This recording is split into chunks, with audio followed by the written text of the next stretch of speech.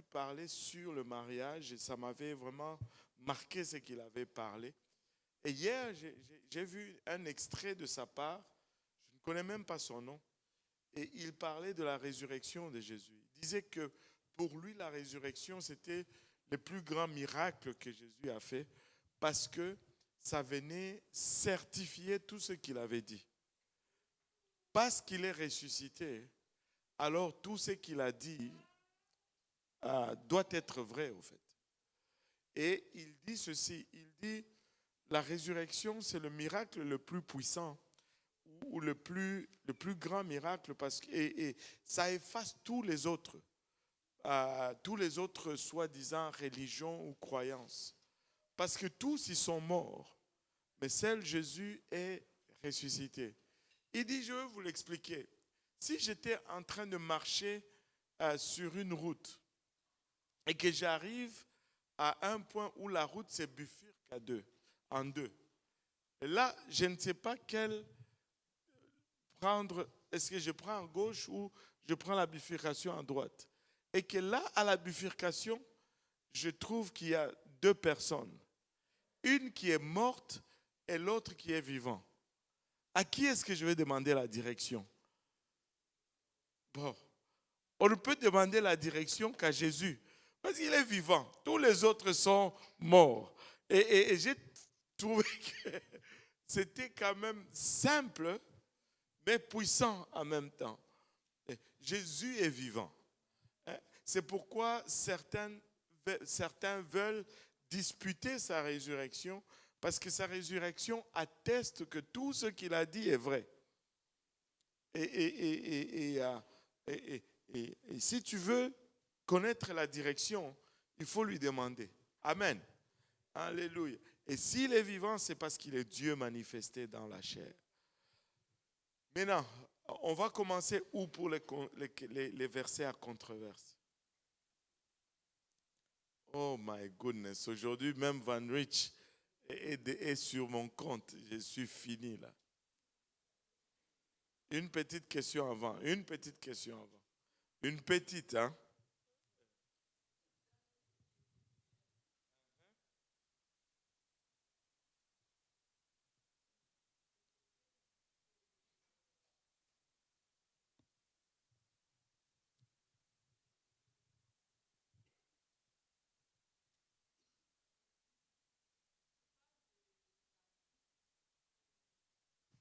Allô?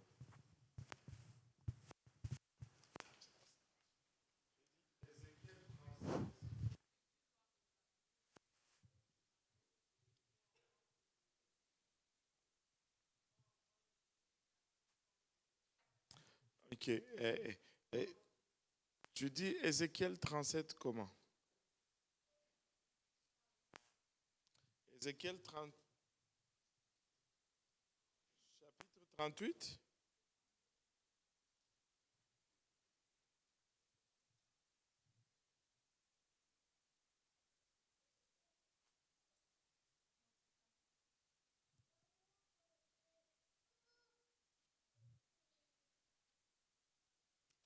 Ézéchiel 38, 36, 37, 38?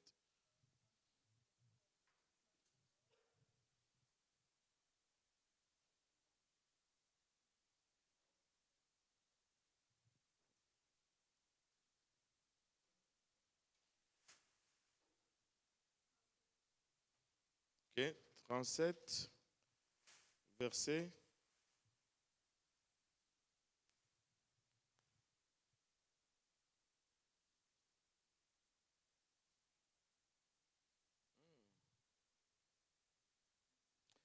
Quand il dit mon serviteur David sera leur roi. Il ne se Bon, voilà, on va regarder un peu le contexte. La parole de l'Éternel me fut adressée en ce mot. Et toi, fils de l'homme, prends une pièce de bois et écris dessus pour Juda et pour les enfants d'Israël qui lui sont associés. Prends une autre pièce de bois et écris dessus pour Joseph, bois d'Éphraïm et de toute la maison d'Israël qui lui est associée. Rapproche l'une et l'autre pour en former une seule pièce en sorte qu'elle soit unie dans ta main. lorsque les enfants de ton peuple te diront, ne nous expliqueras-tu pas ce que cela signifie? Réponds-leur ainsi.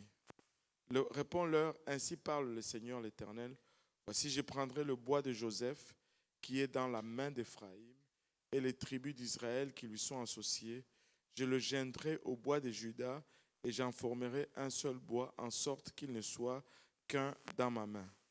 Les bois sur lesquels tu écriras seront dans ta main sous leurs yeux et tu leur diras, ainsi parle le Seigneur l'Éternel.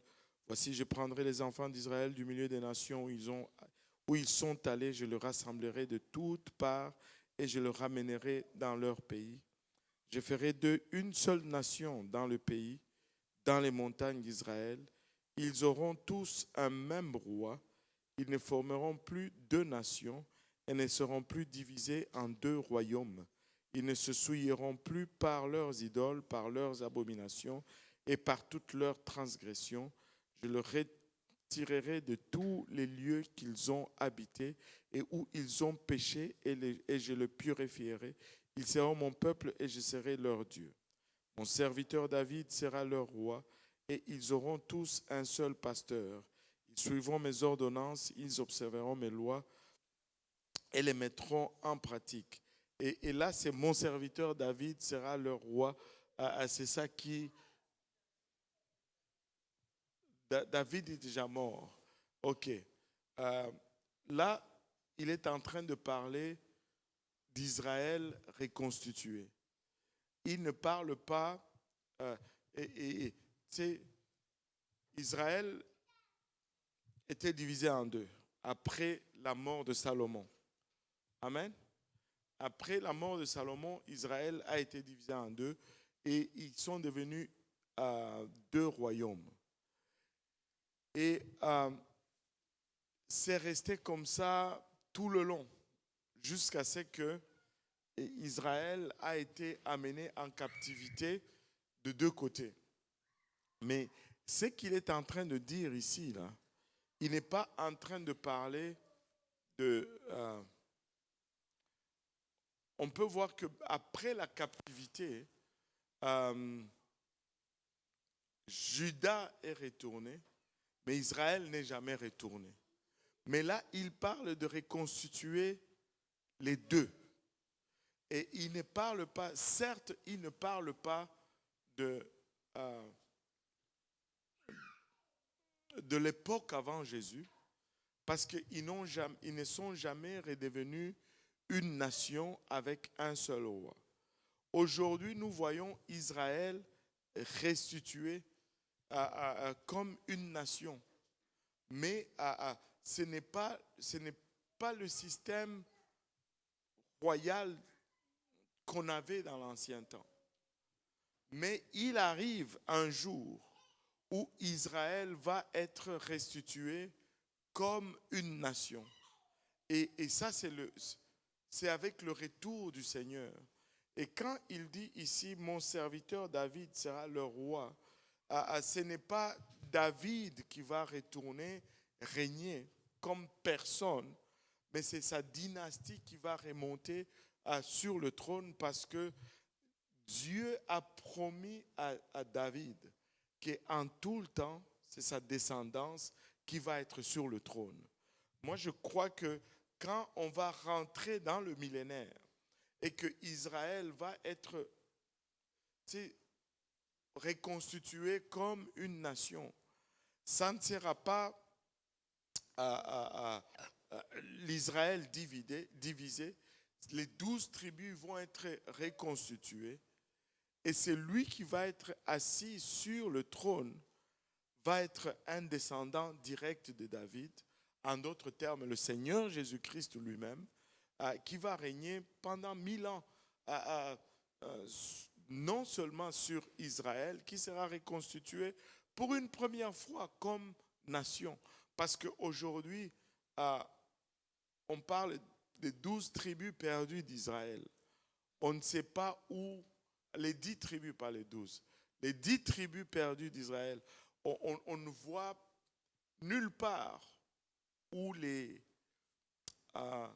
ceux qui sont partis en captivité chez les Assyriens retourner et être reconstitué. David ici, ce n'est pas le roi David qui va ressusciter et qui va s'asseoir encore sur le trône avec tous les respects qu'on a pour le roi David. Mais quand le Seigneur va être présent, lui qui est la racine et le rejeton de David, David ne va pas s'asseoir sur ce trône-là.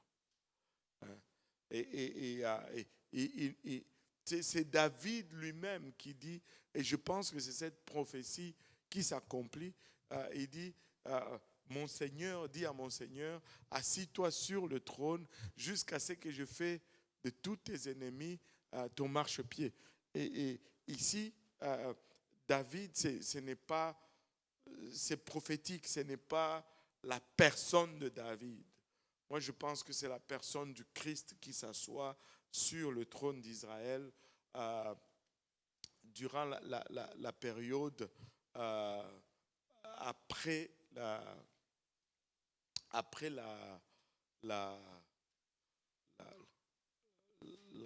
la résurrection, en fait. Ce n'est pas Jésus, enfin, ce n'est pas David qui s'assoit. David ressuscité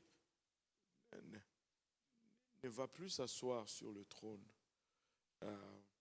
Parce que le trône appartient maintenant à Christ. Dieu lui-même prend, mais comme il est la racine et le rejeton de David, il image cela. Amen. Je traiterai avec une alliance de paix. Il y aura une alliance éternelle avec eux. Je les établirai, je les multiplierai et je les placerai. Et je placerai mon sanctuaire au milieu d'eux pour toujours. Ma demeure sera parmi eux. Je serai leur Dieu et ils seront mon peuple. Et les nations sauront que je suis l'Éternel qui sanctifie Israël lorsque mon sanctuaire sera pour toujours au milieu d'eux. On parle vraiment de la période même après le millénaire. On parle de la période, c'est quand le sanctuaire de Dieu va être pour toujours avec nous. C'est la nouvelle Jérusalem, littéralement, qui descend sur la terre. Et Dieu sera avec nous pour toujours. On ne sera plus séparés d'avec eux. Et si ça c'est une petite question, je me demande qu'est-ce que ça sera les grandes questions. Aïe, aïe, aïe.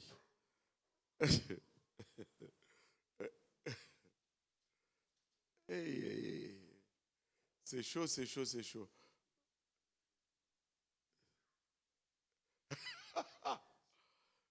Pour résumer la réponse, c'est Jésus qui va être assis sur cette trône.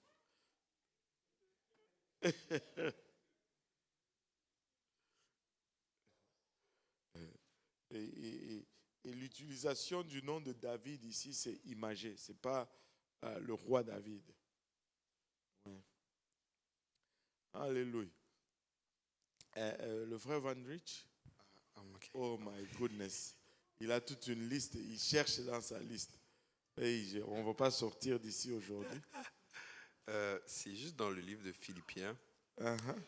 Dans le livre de Philippiens 2, le verset 6, verset 5 à 7, ça dit que « Ayez en vous les sentiments qui étaient en Jésus-Christ, lequel, existant en forme de Dieu, n'a point regardé comme une proie, arraché d'être égal avec Dieu, mais s'est dépouillé lui-même en prenant une forme de serviteur, en devenant semblable aux hommes et ayant paru comme un simple homme. » So, on peut voir que, bon, je vais faire comme si je suis un trinitaire. Ouais, on peut voir qu'il y en a deux. Il y en a deux. Bon, ok, regardons. Regardons cela mot à mot. Amen. Alléluia. Et il dit, ayez en vous les sentiments qui étaient en Jésus-Christ, lesquels existant en forme de Dieu. Donc, il existait sous la nature divine. C'est ce qu'il était. Bien qu'il avait la nature divine, bien qu'il c'est celui qui existait sous forme de Dieu, n'a point regardé comme une proie arrachée d'être égal avec Dieu. Mais quand est-ce qu'il a regardé, il n'a pas regardé cela comme proie, c'est quand il a laissé la forme de Dieu de côté. Parce que s'il a déjà la forme de Dieu, ben, ce n'est pas pertinent de dire qu'il ne regarde pas à être égal à Dieu, parce qu'il a déjà la forme de Dieu. Et ça fait du sens jusque-là, parce que il faut que ça soit bien compris pour que tu vois qu'il n'y en a pas deux, il n'y en a qu'un seul. Il existait en forme de Dieu. Comment on explique cela? Voilà. D'abord, je vais te tourner un peu la table. Quand si on me dit il existait en forme de Dieu, qu'est-ce que cela veut dire? Sa nature divine. Oui, sa nature divine. Qu'est-ce que cela veut dire par rapport à Jésus et par rapport à la chronologie, au fait? Il est lequel existant en forme de Dieu.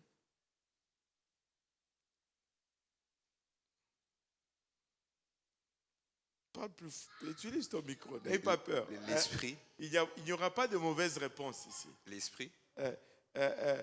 L'esprit, c'est vague. Si tu me dis esprit, c'est vague. Le Saint-Esprit, ok, c'est pas précis, c'est pas ce qui va répondre à la question, en fait, ce que je veux dire. Je dois comprendre qu'est-ce que ça veut dire existant en forme de Dieu.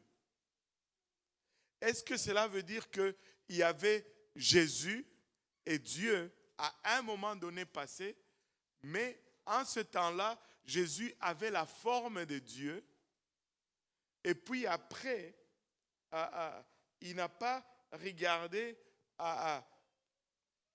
comme une proie à arracher d'être égal à Dieu en ce moment-là, alors qu'il existait déjà en forme de Dieu.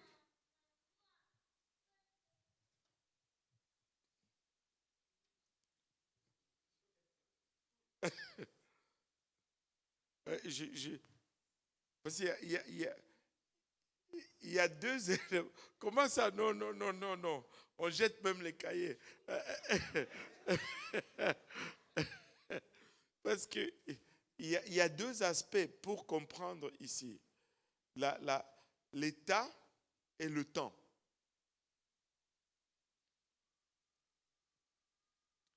Mon ami Gabriel est malade aujourd'hui ou quoi? Il est juste triste. Oh là là là là. Il ne faut pas suivre le pasteur Yannick, il va t'épuiser. Il faut être sage. Lui, il a guéri un ancien loup tu le suis un peu, et puis il va t'épuiser, le type. Anyway.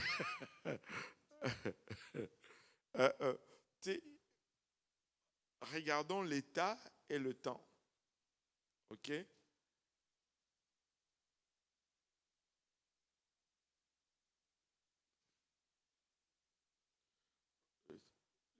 Je vais le relire, OK? Ayez en vous le sentiment qui était en Jésus-Christ. Amen. Lesquels existant en forme de Dieu. Donc, il était comme Dieu. Amen. Alléluia. N'a point regardé comme une proie à arracher d'être égal avec Dieu, mais s'est dépouillé lui-même en prenant une forme de serviteur, en devenant semblable aux hommes et ayant paru comme un simple homme. Maintenant, à quel moment est-ce qu'il n'a pas... Premièrement, il existait comme Dieu. Il avait la forme de Dieu. Amen. Donc, il existait comme Dieu. Ça, c'est l'état. Maintenant, le temps. En quel moment est-ce qu'il n'a pas regardé cela comme une proie? Est-ce que c'est lorsqu'il existait en forme de Dieu ou c'est lorsqu'il s'est dépouillé?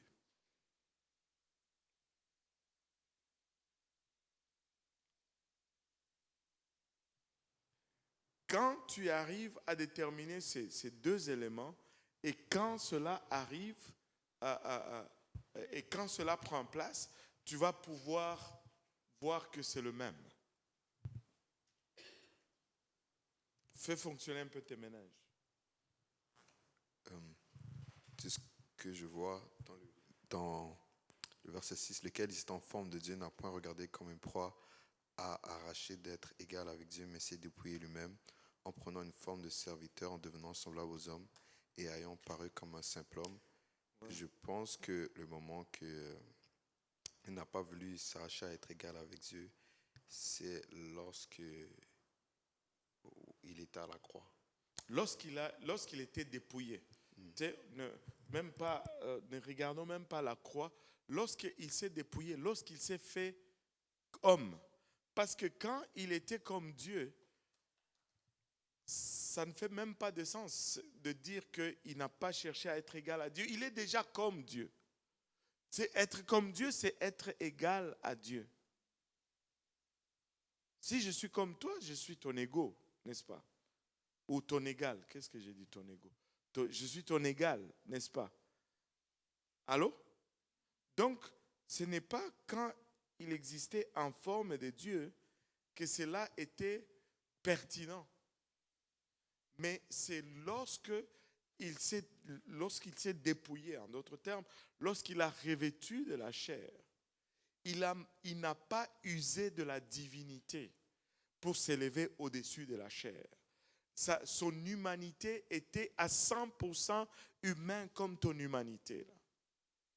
Une flèche dans le corps de Jésus le tuait comme une flèche dans ton corps te tue aujourd'hui. Il n'a pas utilisé la nature divine pour avoir le dessus sur l'humanité. Jésus, homme, avait faim comme tu as faim aujourd'hui. Là. Jésus, homme, était fatigué comme Gabriel est fatigué là aujourd'hui. Jésus, homme, avait les faiblesses humaines et il n'a pas usé de sa nature divine pour court-circuiter les faiblesses humaines. Il les a assumées dans sa nature sans s'appuyer sur sa nature divine pour dire je vais prendre un break. Je vais prendre un break un peu de cette affaire ici. Non. Jusqu'au bout. Jusqu'à la croix. Jusqu'à être dépouillé. Jusqu'à être humilié à la croix. Il est paru comme un simple homme. Ce que tu vis comme homme, Jésus l'a vécu. Ce n'est pas parce qu'il avait l'Esprit de Dieu en lui qu'il avait un certain avantage sur notre nature déchue. C'est ce que ça veut dire. Parce que déjà, dès le départ, il existe en forme de Dieu. C'est-à-dire, il est Dieu. Comment est-ce que tu peux exister en forme de Dieu si tu n'es pas Dieu? Juste pour que je vois clair, quand on dit lequel existe en forme de Dieu, ça va plus loin que l'esprit, comme juste qu'il était dans sa forme esprit. Non. C'est pourquoi je n'ai pas voulu utiliser le terme esprit. Parce que je veux juste simplifier la compréhension. C'est que oublie Dieu est esprit. Mais il existait comme Dieu. Peu importe la forme que Dieu est là. Même si tu ne comprends pas que Dieu est esprit, si on me dit qu'il existait en forme de Dieu, peu importe ce que Dieu est, c'est ça qu'il est. Allô? Donc on n'a pas besoin d'aller chercher esprit, machin. Non. Il était dans l'état divin. Peu importe ta définition de ce que Dieu est, mais il était ça. Maintenant, où ça vient détruire la Trinité, c'est ici. Hein? C'est ici. Qu'est-ce que la Trinité dit? La Trinité dit qu'ils sont trois, ils sont co-égales. Mais il dit, lui, il n'a point regardé comme une proie arrachée d'être égal avec Dieu. Donc, il n'est pas égal. Allô? Est-ce que ça fait du sens ou c'est juste moi qui parle? Tu sais, viens m'aider un peu, toi, tu te caches en arrière hein? Tu sais, donc, tu ne peux même pas utiliser cela pour justifier une tierce personne parce que, tu sais, la Trinité dit il est coégal. Mais lui, il dit, non, il n'a pas voulu être égal.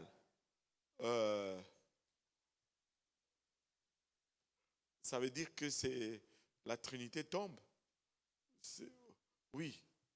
Mais on va dire je suis un trinitaire. On va dire que tu es un trinitaire, ok.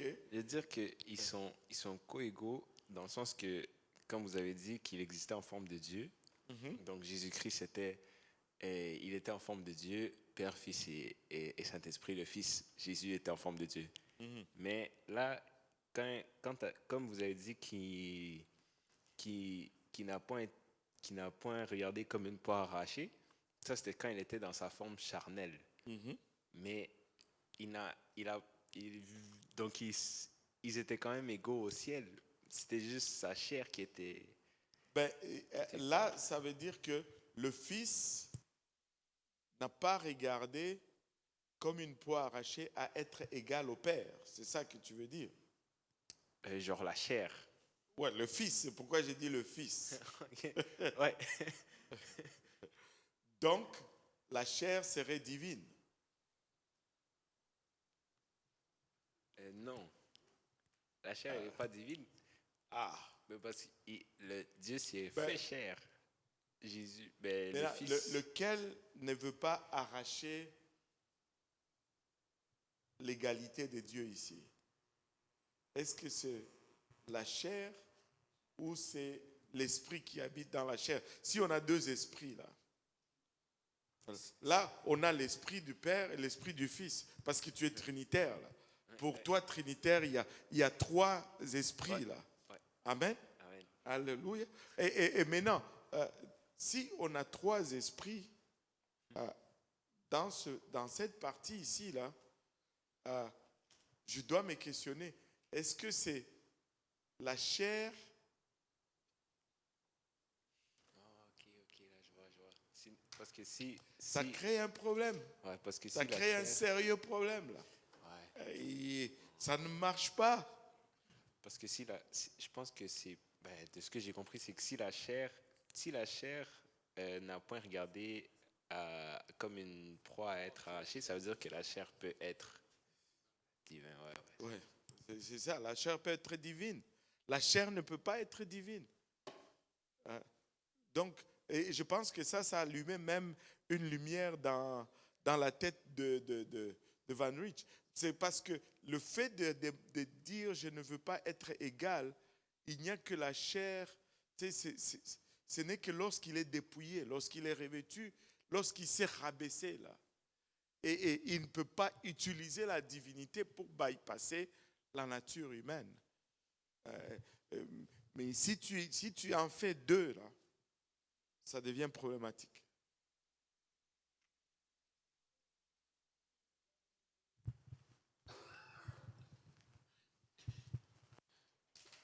Si on regarde du côté du français, quand il dit existant en forme de Dieu, il n'a point regardé son égalité à Dieu. Ça veut dire en quelque sorte qu'il dit ici que existant comme Dieu, étant Dieu, je n'ai pas regardé le fait que je suis Dieu pour venir peut-être comme un enfant, un bébé peut-être roi, un bébé qui vole au lieu de marcher comme on marche, un bébé qui n'a pas soif. Donc la croix, c'est même loin. Le fait qu'il était Dieu, il n'a pas regardé le fait qu'il est égal à Dieu, c'est-à-dire qu'il est Dieu, pour faire autre chose que nous, on ne fait pas.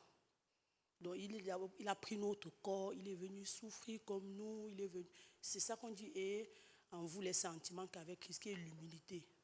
Parce que pour peu que quelqu'un soit grand comme ça, vous voyez, peut-être dans d'autres églises, le pasteur ne serait pas assis là. Mais il s'assoit sur la même chaise que nous. Parce qu'il a en lui les sentiments que nous, on a. Donc c'est un peu ça. Donc ici, c'est vraiment l'unité. Il est Dieu. Il est Dieu. Il n'a pas utilisé sa divinité pour bypasser notre nature humaine. C'est-à-dire, le même problème que tu as là, il les a pris quand il est devenu homme. Il aurait pu ne pas. C'est ça l'affaire là. Mais il a pris ça quand même. Hein? Une autre petite question. Ça, c'est une grande. Aïe, aïe, c'est fini. C'est pas une question. Parce Ok. je disais juste que dans la version Semeur, ça explique mieux. Ok, la version Semeur. Lis-nous la version Semeur. Tendez à vivre ainsi entre vous, car c'est ce qui convient quand on est uni à Jésus. Lui qui, dès l'origine, était de condition divine, ne chercha pas à profiter de l'égalité avec Dieu. Waouh! Tu vois, ne cherchant pas à profiter. Et il n'use pas de la divinité pour bypasser, pour court-circuiter notre nature humaine. Amen. Des fois, ça peut servir de lire un peu les versions catholiques. Alléluia. Et une autre question, mais quelqu'un d'autre, toujours toi. Est-ce quelqu'un d'autre, avant qu'on a, c'est pas que je veux juste donner la chance à tout le monde. Ah non, pas toi. Toi, tu es le type qui enseigne ici.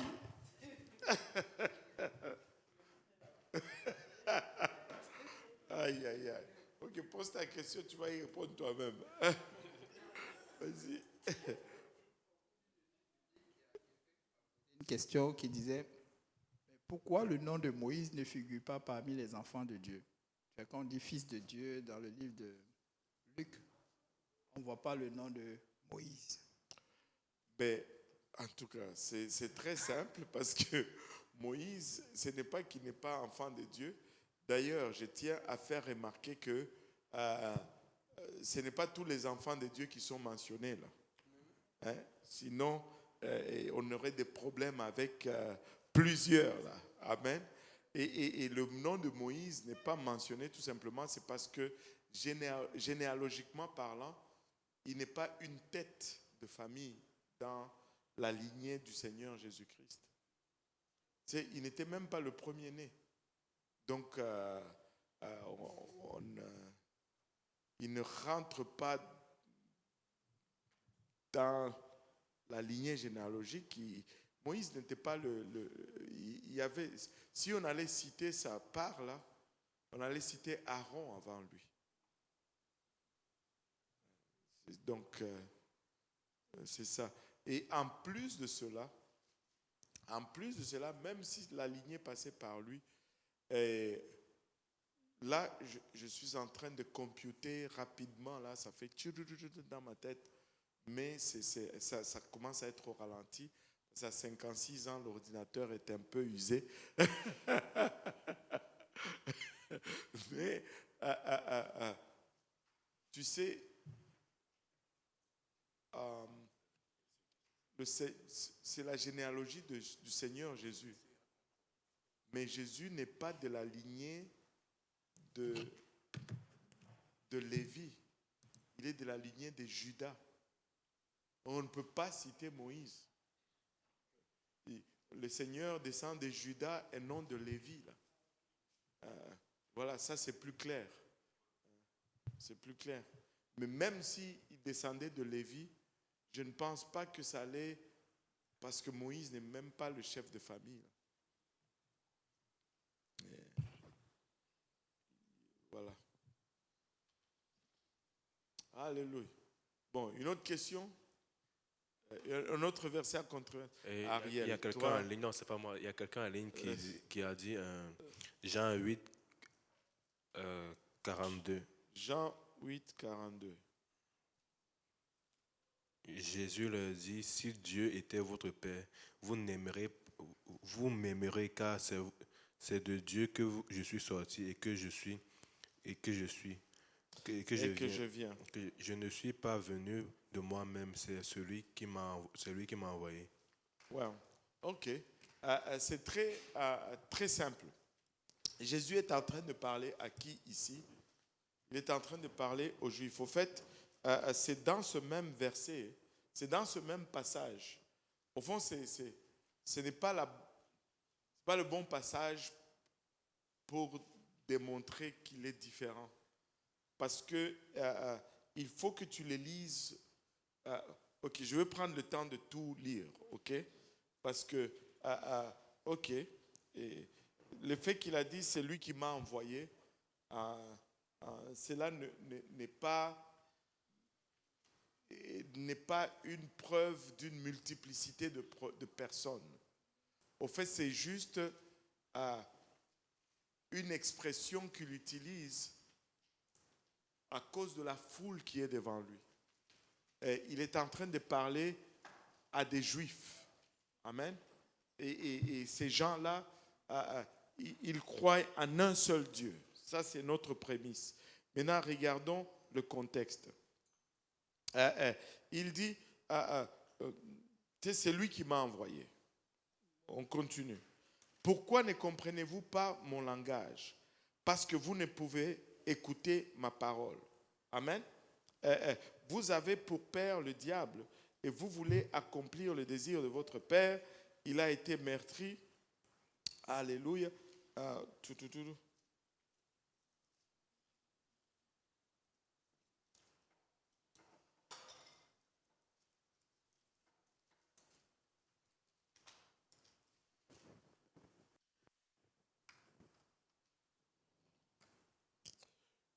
Je vais juste couper un peu dans... Je ne veux pas tout lire parce que ça va être très long.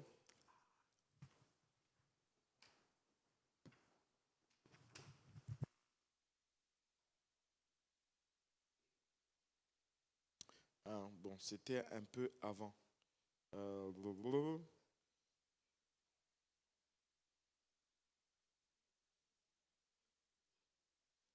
Attends, mais un peu avant, un peu avant.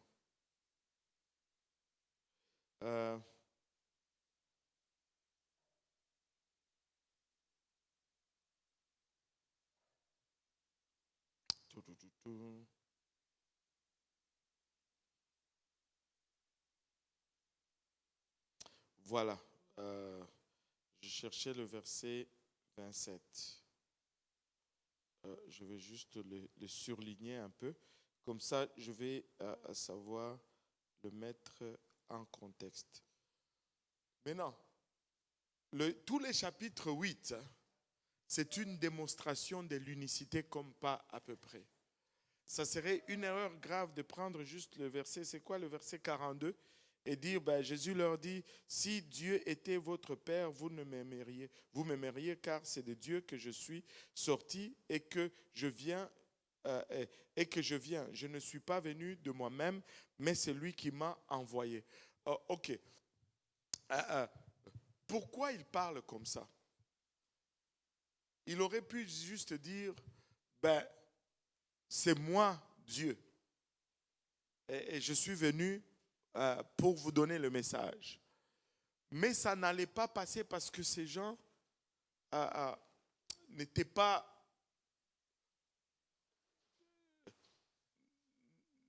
à la place où ils pouvaient concevoir que Jésus, c'est Dieu incarné. Et que si Jésus peut parler comme ça, ce n'est pas faux. Parce que oui, il peut parler en tant qu'homme, il peut parler de cette façon. Il a la prérogative de parler de cette façon. Et cela n'est pas faux. Mais cela n'est pas toute la compréhension. Si tu veux avoir toute la compréhension de qui il est, il faut que tu étudies tout le chapitre 8. Maintenant, si tu étudies tout le chapitre 8, tu vas voir que il commence, je vais le prendre à partir du verset 12, je vais faire quelques sauts. Il dit, Jésus leur parla de nouveau et dit, je suis la lumière du monde. Celui qui me suit ne marchera pas dans les ténèbres, mais il aura la lumière de la vie. Là-dessus, les pharisiens lui dirent, tu rends témoignage de toi-même, ton témoignage n'est pas vrai, parce que tu es en train de parler à ton propre compte.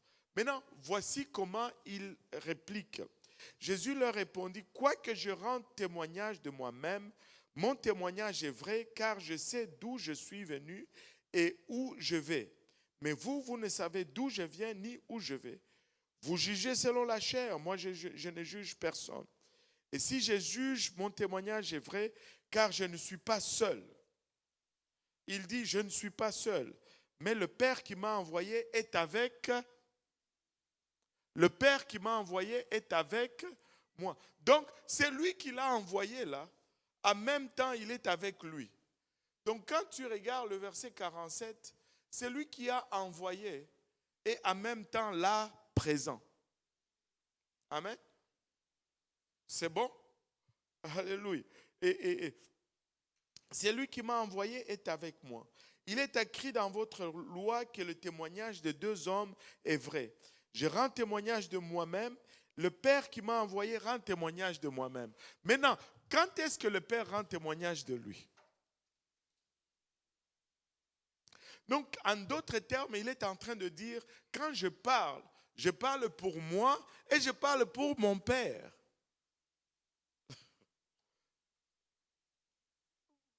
C'est bon? Donc, c'est lui qui m'a envoyé. Et là, avec moi, et c'est lui qui m'a envoyé, c'est lui qui vous parle parce que en même temps que je vous parle, en même temps, lui aussi vous parle. Mon témoignage n'est pas un, mon témoignage est deux. Et il continue. Et il lui dit donc, où est ton Père? Jésus répondit, vous ne connaissez ni moi, ni mon Père. Si vous me connaissiez, vous connaîtriez aussi mon Père. Jésus dit ces paroles enseignant dans le temple au lieu où était le trésor et les personnes ne le saisissent pas parce que son heure n'était pas encore venue. Jésus leur dit encore, je m'en vais et vous me cherchez et vous mourrez dans vos péchés. Vous ne pouvez venir où je vais. Sur quoi les Juifs dirent, se tuera-t-il lui-même? Blablabla. Et verset 23, et il leur dit, vous êtes d'en bas, moi je suis d'en haut. Vous êtes de ce monde, moi je ne suis pas de ce monde. C'est pourquoi je vous ai dit que vous mourrez dans vos péchés, car si vous ne croyez pas que je suis, vous mourrez dans vos péchés. Si vous ne croyez pas que je suis, il ne dit pas, si vous ne croyez pas,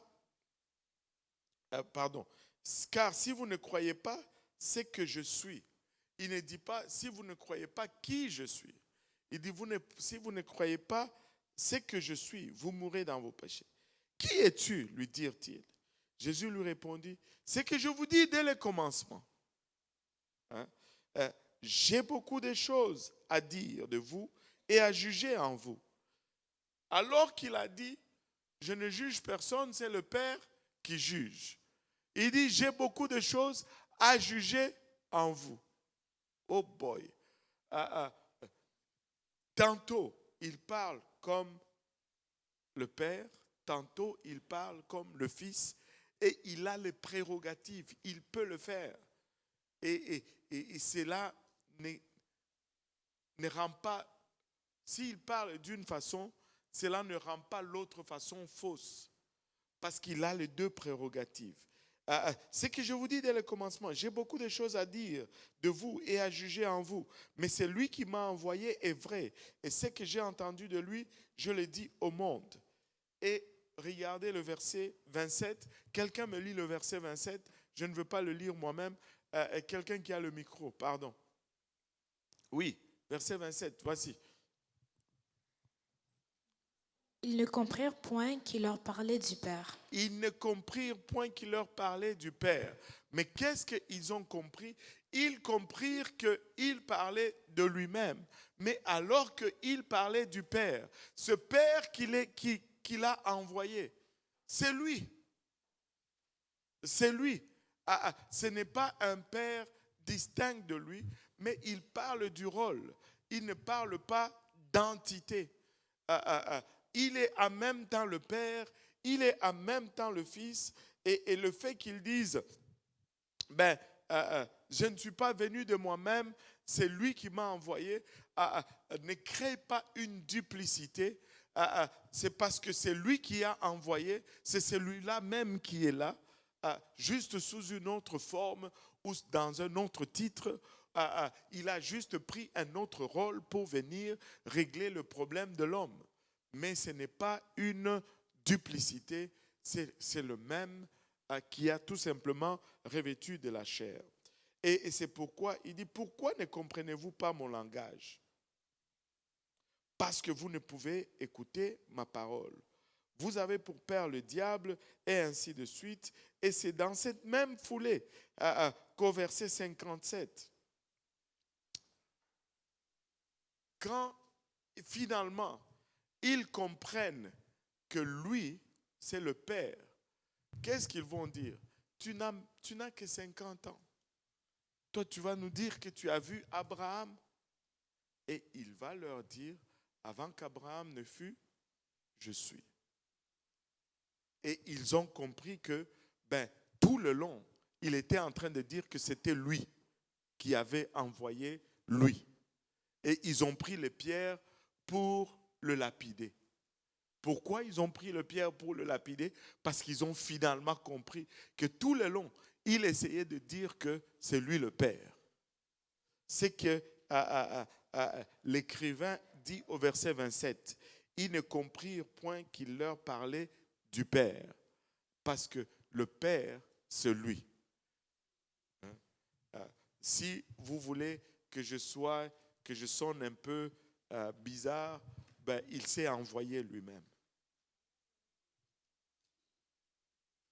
Alléluia. Donc c'est ça. Tu ne peux pas juste prendre, regarde tout le contexte pour que tu arrives à la compréhension. Amen. Une chose à ne pas faire, il ne faut pas s'appuyer sur la grammaire pour comprendre Dieu. Il faut s'appuyer sur la théologie pour comprendre Dieu. Amen. Alléluia. Théologie, c'est un grand mot. Je n'aime pas ce mot-là.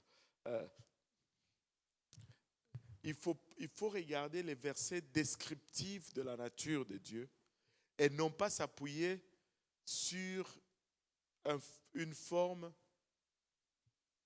de langage pour définir la nature de Dieu. Amen. Ouais. Un autre. Je m'attendais qu'on allait avoir plus que ça là. Oui, qui est là?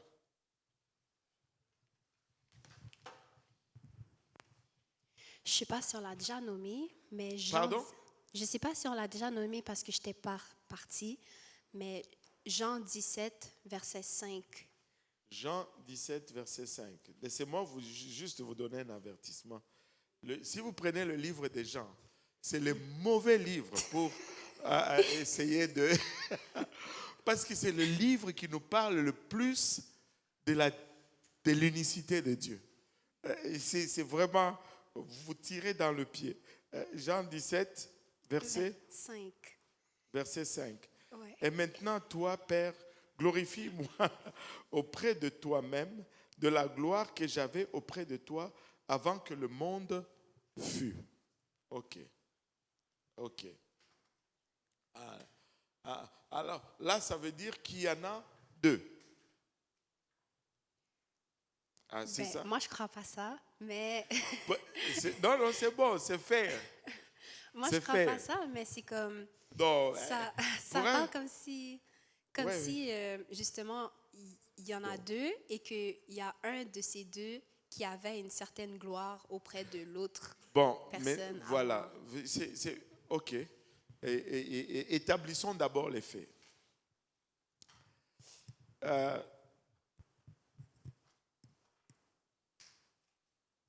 Attends, je vais chercher le verset. Ou je vais demander à quelqu'un de chercher cela. Oh boy. il y a un seul Dieu. Amen. Et il est un Dieu jaloux. Il ne partage pas. C'est ça. Il ne partage pas sa gloire. Mais qui est celui-ci qui dit glorifie-moi auprès de toi-même de la gloire que j'avais auprès de toi avant que le monde ne fût. Si il ne partage pas sa gloire, c'est qui est celui-ci avec qui il partageait la gloire? Mais les trinitaires pourraient dire, oh, mais justement, vu que Dieu est un, mais en 3 personnes, il parle comme ça parce que, genre, tu vois, il est un, donc... Ben, ça détruit la... Oh, Seigneur, regardez un peu. Qu'est-ce que la Trinité te dit? La Trinité te dit ils sont co-égales. Maintenant, si lui, il doit demander que lui le glorifie, s'il n'est plus égal, là, il doit beg, si je dois utiliser vos termes là. Il est en train de beg. N'est-ce pas? Ouais. Hein, Victoria? Il est en train de beg pour la gloire. S'il te plaît. Là, la Trinité vient d'exploser là. Ariel, c'est pour... Ouais, en fait, j'ai une question. C'est pour parce que ça. souvent, tu rencontres des trinitaires, mais il y a des trinitaires bizarres parce que c'est pas la même doctrine de la Trinité partout. Ben, c'est ça, et c'est pourquoi, moi je vais vous dire ceci. Quand tu racontes un trinitaire, demande-lui déjà, avant de faire quoi que ce soit, qu'il te définisse la Trinité.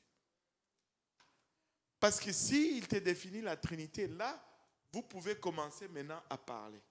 Mais très souvent, vous vous précipitez à juste dire non, la Trinité n'est pas vraie. Mais lui-même, il te dit, les Trinitaires, il ne sait même pas c'est quoi la Trinité. Il ne sait pas te définir la Trinité. Je te dis, sont très peu nombreux les vrais Trinitaires là, qui vont te définir la Trinité. Un Trinitaire va te dire que la Trinité signifie, voici le dogme de la Trinité. Il y a 3 personnes en Dieu, co-égales, coexistants, co-puissants, co-éternels, le Père, le Fils et le Saint-Esprit. Et ces 3 personnes sont distinctes. Le Père n'est pas le Fils et le Fils n'est pas le Père, mais le Père est Dieu.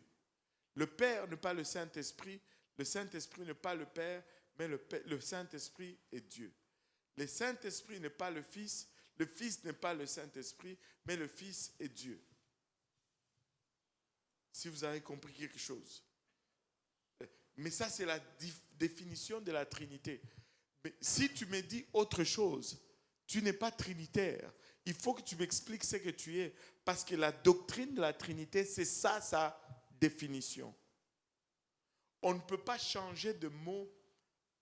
On ne peut pas changer la définition de mots et avoir un débat là-dessus. Non, ça ne marche pas. Donc il faut revenir d'abord à la définition. C'est qu'est-ce que ça signifie. Et puis là, vous pouvez maintenant commencer à débattre ou à discuter. Amen. Mais n'engagez pas. S'il n'a pas déterminé qui il est, en quoi il croit, vous allez débattre sur quoi? Il va te tourner parce qu'il va changer tout le temps de position. Non. Que ça soit fixe d'abord. Et puis là, on va commencer à parler. On a nos repères, on a des points de départ. Et à chaque fois qu'il va essayer de s'éloigner de ces points, non. Ta Trinité, là, c'est ça. Après, là, on voit si ça convient.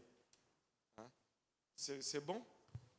Maintenant, si pour retourner à la gloire, il dit, et maintenant, toi, Père, glorifie-moi auprès de toi-même, de la gloire que j'avais auprès de toi avant que le monde ne fût. Ça implique une chose, que j'avais une gloire, mais que je l'ai perdue, que je ne l'ai plus, du moins. C'est ça, non? Allô? Ne me lâchez pas maintenant, là. que j'avais une gloire que je ne l'ai plus. Et que je demande maintenant au Père de me donner, de me la redonner. Ça ne fait...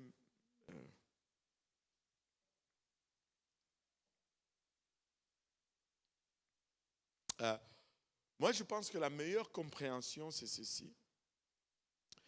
Lisons à partir du début.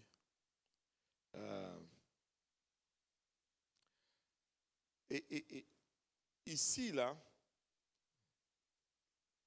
Jésus est en train de faire, de prier. Les théologiens vont dire que c'est la prière sacerdotale ou la prière du souverain sacrificateur. Il est en train de jouer son rôle de médiateur.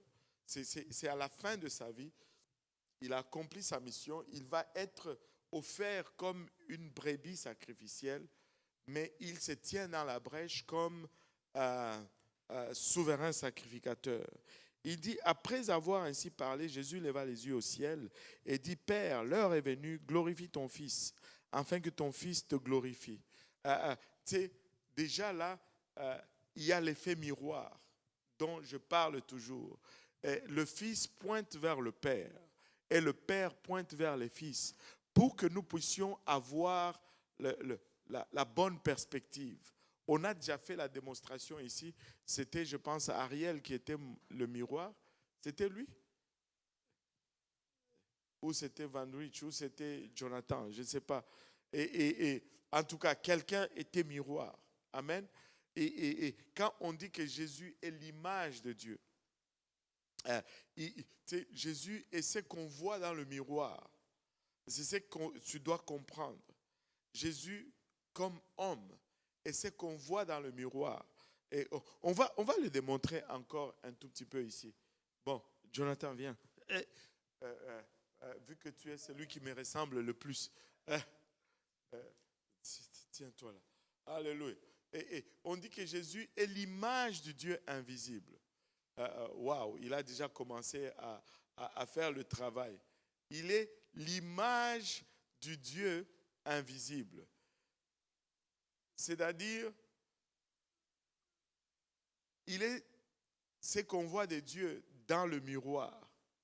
Quand on regarde à Jésus, on est en train de regarder l'image dans le miroir. Maintenant, pour avoir la direction, pour suivre proprement ce que Dieu est en train de nous dire, il faut qu'on regarde dans le sens du miroir, qu'on comprenne que c'est le miroir.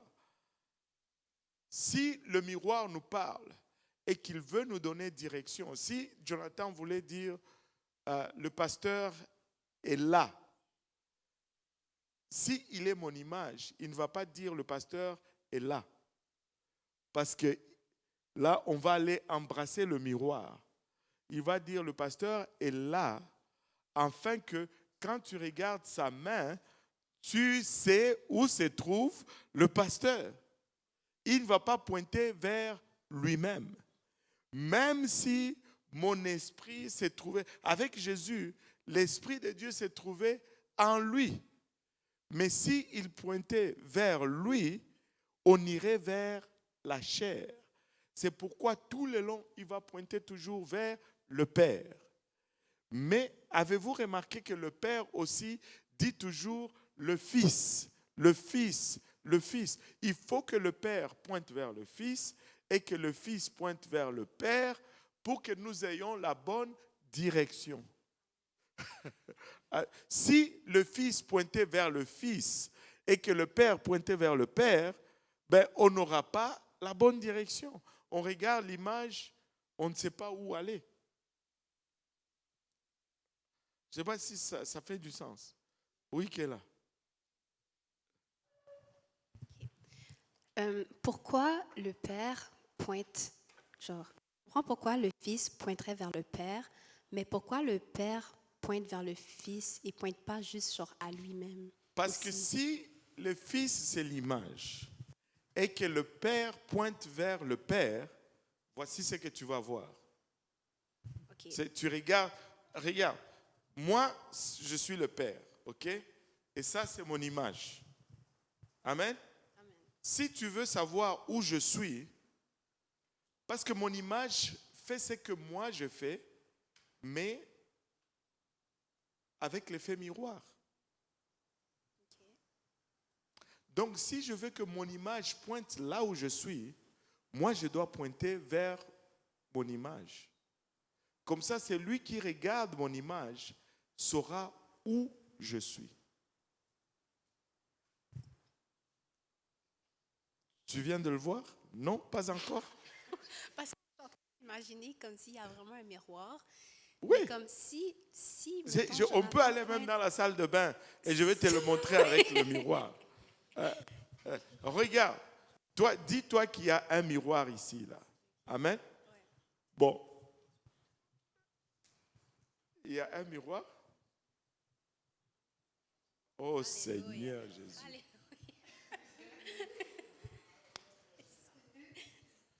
Et pendant qu'il cherche le miroir, regarde, le point c'est celui-ci. Jésus, c'est l'image dans le miroir. Garde ça dans ta tête. Oh boy, oh boy, oh boy, oh boy. Pasteur, je pense que Hébreu nous l'explique en utilisant un autre terme, il appelle ça reflet. Le reflet. Le reflet C'est de sa gloire. c'est le reflet. Maintenant, ça, quelle vient toi tu... Oh boy, il faut que je... Maintenant, regarde. Si toi, tout ce que tu peux voir, c'est celui qui est dans le miroir, là. Si c'est lui qui est dans le miroir, ne me regarde même pas. Regarde celui qui est dans le miroir, ok? Celui qui est dans le miroir veut te dire où je suis. Et il veut pointer où je suis. Demande-lui un peu dans le miroir. Où est le pasteur? Si il dit je suis là, tu vas aller où?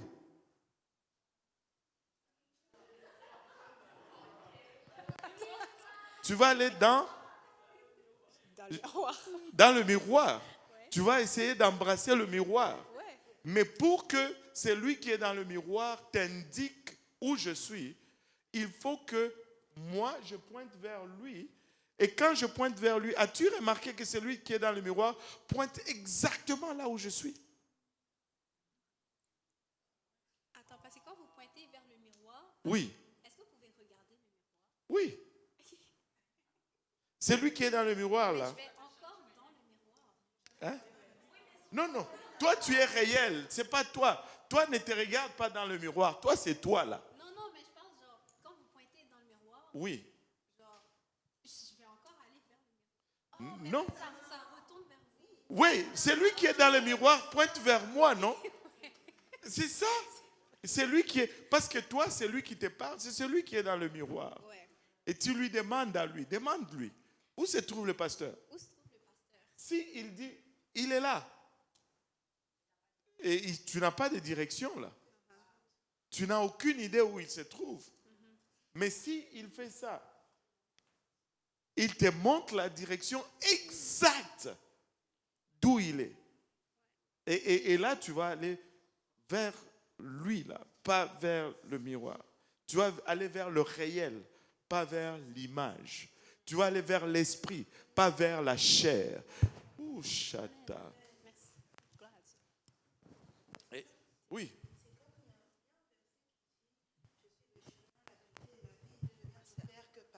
Par moi. Nul ne vient. Et regarde, tu as le micro.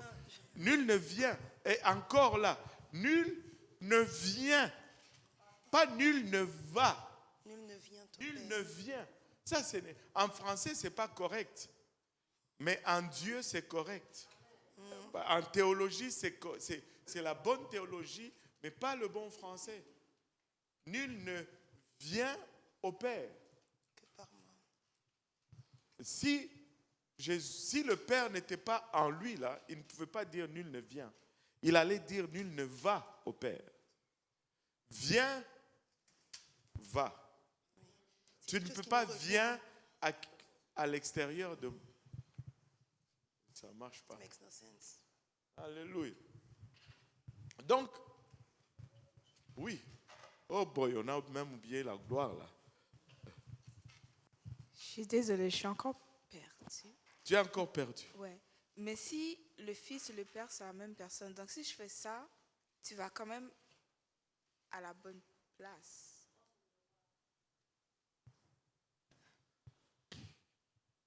Bon, je vais te poser une question. Est-ce que toi, tu vois le Père? Est-ce que tu peux voir le Père? Non, non, ce n'est pas une question piège. C'est juste pour ouvrir ta compréhension. Est-ce que toi, tu peux voir le Père? Non. On peut voir le Fils? Oui, parce qu'il s'est fait chair. Oui. Maintenant, quand tu regardes au Fils et qu'il dit « va vers le Père », vu que le Fils est chair, le Père est esprit, il ne peut pas te dire... Tu sais, pourquoi Jésus aurait pu dire nul ne vient vers moi. Mais il a dit nul ne vient au Père. Parce que il ne veut pas que tu adores la chair. Il ne veut pas que tu divinises la chair. Il faut que tu divinises Dieu. Amen. L'esprit qui est en lui. La chair est morte à la croix. Amen. Si on s'arrêtait à la chair, quand il est mort à la croix, là, ça allait être la panique. Parce qu'il est mort. Hein? Mais la chair n'est pas divine. La chair n'est pas divine. La chair, c'est la chair. Et elle n'est pas divine. La chair de Jésus n'était pas Dieu. C'est pourquoi il ne va jamais dire viens ici. Il va toujours dire va vers le Père. Et là, en faisant ça, il te donne la bonne perspective ou la bonne direction. Et il est le chemin. Mais il est le chemin pas comme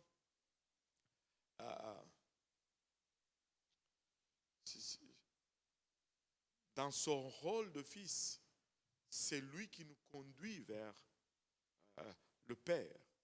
Et c'est lui qui nous montre la voie. Mais sa chair n'est pas divine. Et, il n'y a pas une autre façon de l'expliquer. Sa chair, ce n'est pas Dieu. Mais Dieu habitait dans cette chair. Mais tu peux me dire, non, s'il dit seulement parce que Dieu habite en lui, s'il dit, non. S'il fait ça, ce n'est au fond, ok, je comprends un peu, ça vient de cliquer là. On n'est pas en train de donner des directions, c'est sûr qu'on est en train d'imager, mais ce ne sont pas des directions physiques qu'on est en train de donner là. C'est une direction spirituelle, mais ça s'explique par ce qui est physique. C'est sûr que si on reste dans le contexte physique, si je dis que le Père est en moi, je dis viens à moi, je pointe vers moi, le Père, mais on utilise ce qui est physique pour illustrer ce qui est spirituel.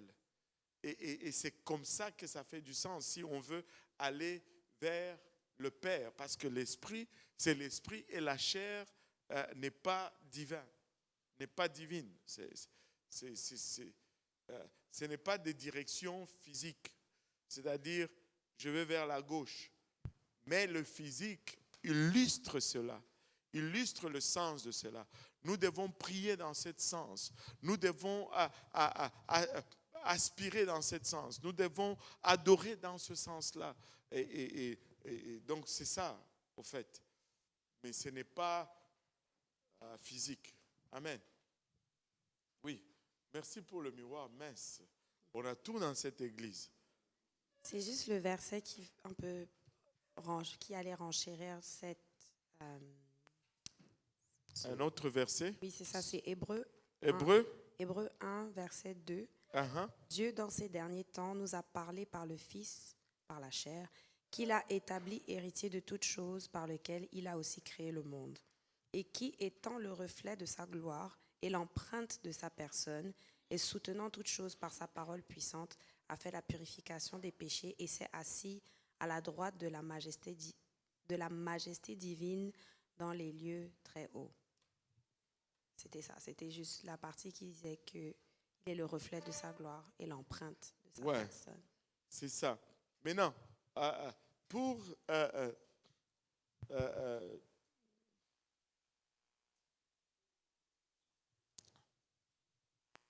et maintenant, le verset, on va revenir un peu à la gloire pour conclure rapidement. Et maintenant, toi, Père, glorifie-moi auprès de toi-même.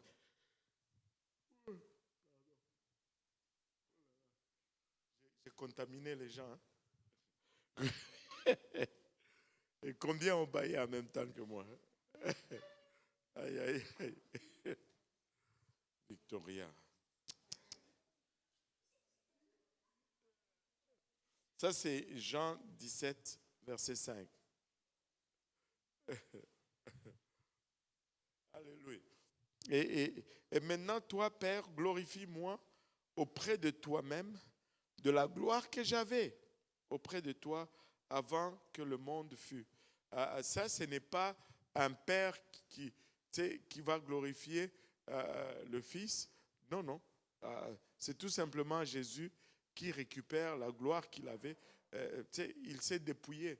La Bible nous dit, il s'est dépouillé de sa gloire pour un temps. Ben, il va juste le revêtir. Amen. Mon temps est fait. Je vais arriver à la fin de la mission et je vais reprendre mon état initial. Et donc, ce n'est pas deux personnes. Parce que s'il y a deux personnes, ben Dieu est en train de partager sa gloire ici. Or, nous savons qu'il ne partage sa gloire avec personne. Amen. Un autre verset en controverse.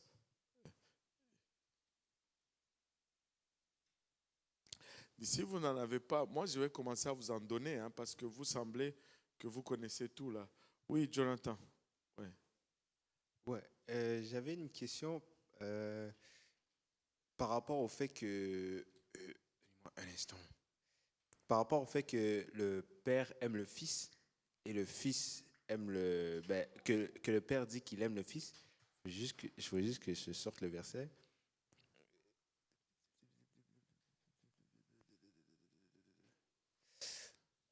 Un instant, désolé.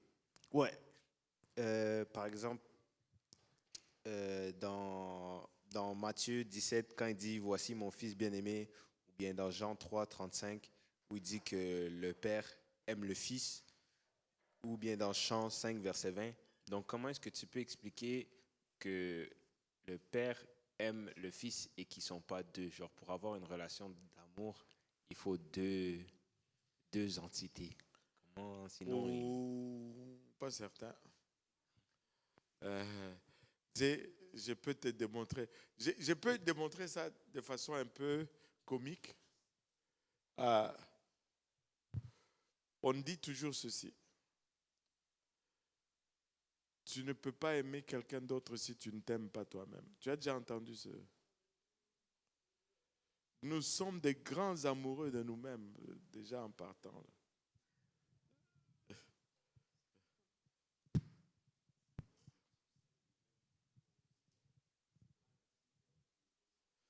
Non. S'aimer soi-même, ce n'est pas l'égocentriste. Mais il faut s'aimer de la bonne façon. Et tu sais, si tu sais, il y a des gens qui vont se penser meilleurs que les autres. Ça, c'est pas s'aimer, là. Ça n'a rien à voir avec s'aimer ou pas s'aimer. Tu peux ne pas t'aimer, mais tu penses que tu es le meilleur plus que tout le monde. Ça, c'est autre chose. Mais il n'y a pas de problème que le Père aime le Fils. En tout cas, je ne sais pas. Je trouve que le frère Simplice, il s'aime bien lui-même. Il prend soin de lui. C'est comme tout le monde, on s'aime soi-même. Je pense, juste pour finir avec la question, j'avais entendu cet argument qu'il a lié avec Jean 15, verset 13, qui dit qu'il n'y a pas de plus grand amour que de donner sa vie pour ses amis. Donc, il disait genre, si le Père, s'il n'y a pas deux personnes, c'est impossible que Dieu exprime la plus grande forme d'amour. Parce que ça dit que il n'y a pas plus grand amour que de donner sa vie pour ses amis. Donc, si lui, il ne peut pas... Mais c'est ça, il nous aime, nous sommes ses amis. C'est pourquoi il peut exprimer cet amour en venant mourir pour nous. Donc, mais il disait que, genre, Dieu est amour depuis le commencement. Donc, il a besoin de nous pour exprimer cet amour. Non. Et tu sais, ça, c'est... comment est-ce qu'on appelle Paul nous dit ceci. Ne vous faites pas... Comment il dit? J'ai un blanc de mémoire là. Par la philosophie humaine. C'est ça, Colossiens 2, 8. Ça, c'est philosopher humainement et ne pas chercher à comprendre un concept spirituel. Juste le réduire à l'humain pour justifier un point. Ça, c'est exactement ça. Dieu est amour. Alors, si Dieu est amour, comment il ne peut pas s'aimer lui-même? Déjà, c'est contradictoire. Là. Et s'il est amour, il ne peut que s'aimer lui-même. Maintenant, quand il dit il n'y a pas plus grand amour, quand c'est donné dans ce sens-là, oui, ça s'applique à Dieu parce que il nous montre l'amour parfait. Pourquoi cet amour-là est plus grand? C'est parce que c'est un amour qui se renie soi-même, qui se renie son propre intérêt pour les intérêts des autres. Et il s'est renié lui-même. Pour nous, on ne peut pas dire que l'amour qu'il est une forme inférieure. Il nous démontre que s'il est amour, c'est la forme supérieure. Parce que vraiment, il a fait ce qu'il y a comme grand amour. Je ne vois pas comment ça peut être contre ou amoindrir. Là. Ce n'est qu'une confirmation de ce qu'il est et de ce qu'il enseigne et de ce qu'il transmet. Il ne le dit pas seulement, même le concept de dire qu'il n'y a pas de plus grand amour, c'est lui qui nous le donne. Non seulement il nous donne les concepts, non seulement il nous donne les concepts, mais il exemplifie le concept. Alléluia. Il ne dit pas seulement, il vit ce qu'il dit. Ce n'est pas juste du blabla. Il passe à l'action dans ce qu'il dit. Ça ne peut pas être plus fort. Oui, il y avait une question par là. Bon, c'est juste, moi j'ai ma réponse, mais vu qu'il n'y a pas de question, donc je vais juste complexifier les choses. Mm-hmm. Donc des fois, il y a des personnes qui vont dire, oui, mais dans la Bible, Jésus, quand il s'est fait baptiser, il y a eu la colombe qui était venue, donc en fait, c'est vraiment réellement des personnes séparées. Ok, ça, ce n'est pas toi, hein? Non. C'est juste les gens. Oui. Okay.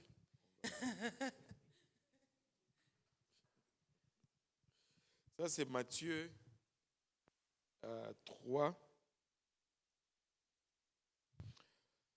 Ça, c'est une des parties les plus simples et encore à expliquer parce que quand on le lit, souvent, avec tout ce qu'on a entendu avec le temps, on lit, mais on lit une chose, mais on ne regarde pas au mot. On dit ce qu'il y a dans la tête. On va le lire. Matthieu 3, quelqu'un avec un micro. Matthieu 3, à partir du verset 13. On va lire, mais à partir.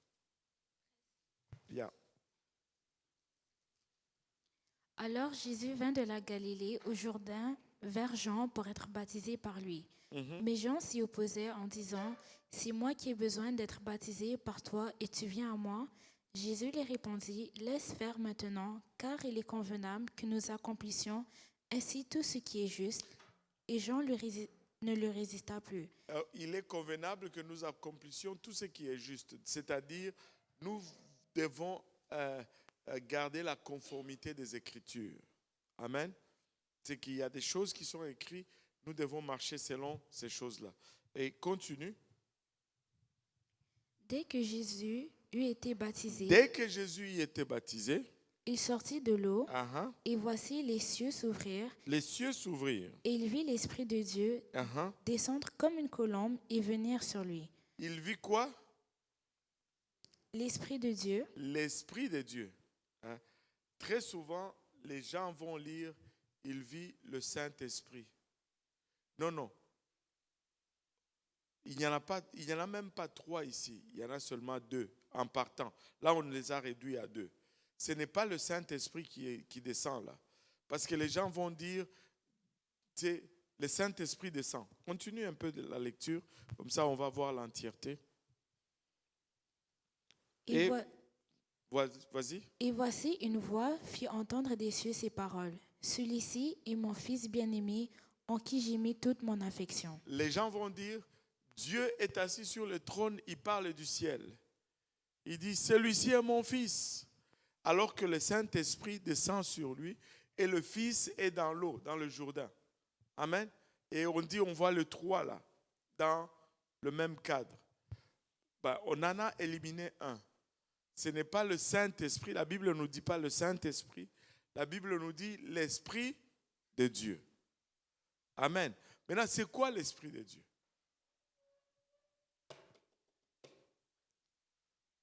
Oui. Je dirais que ça peut être des anges. Non. Un ange, ce n'est pas l'Esprit de Dieu. Un ange, c'est un ange. Hey, c'est beaucoup plus simple que ça. Hein? Mais l'Esprit de Dieu, c'est Dieu. Je vais vous donner un exemple. Allô? Dieu est... Allô? Dieu est esprit. Écoutez, moi je suis humain. Quand on dit le corps du pasteur, le corps du pasteur c'est qui? C'est le pasteur, c'est moi. Mais parce que moi je suis charnel. Donc ma chair c'est moi. Mais Dieu est esprit. L'Esprit de Dieu c'est Dieu. Allô? L'Esprit de Dieu c'est Dieu comme le corps de Van Rich c'est Van Rich. Allô? Aussi simple que ça. Mais comment ça séparer?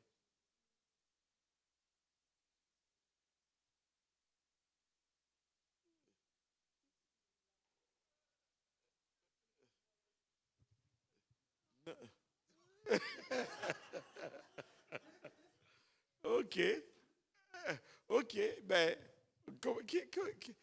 quelle séparation? Moi, je ne vois pas. Explique-moi un peu comment ils sont séparés. Jésus est dans l'eau. Là, il n'est pas en haut, là. Il est dans l'eau, et puis l'Esprit est à l'extérieur. L'Esprit est en train de descendre. Ok, bon. C'est parce que tu ne m'as pas laissé comme... Je vais continuer. Ça, c'était juste la première partie. Mais on a au moins établi... Mais non, mais... Oui.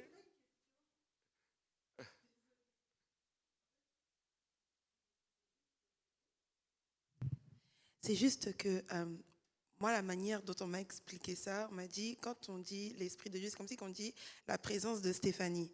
J'étais en la présence de Stéphanie, mais Stéphanie, elle était où? Elle était moi. Non, la Bible ne dit pas la présence de Dieu là. Oui. La Bible dit l'Esprit de Dieu. L'Esprit de Dieu. N'ayons pas peur. Moi, je n'ai pas peur.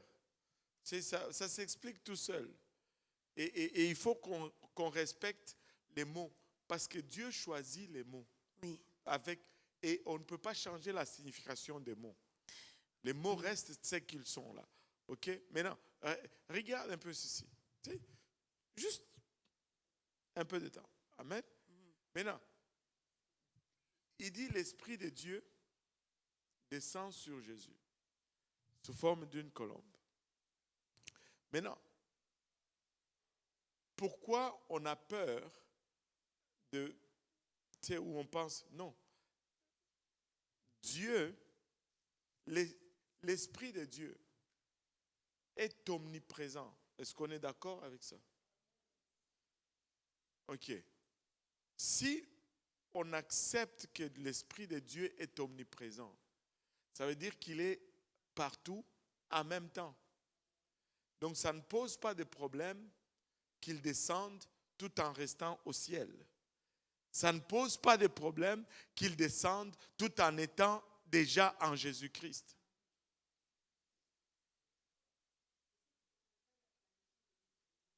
Mais non, ils doivent comprendre. On va leur expliquer la notion d'omniprésence. Parce que regarde, bon,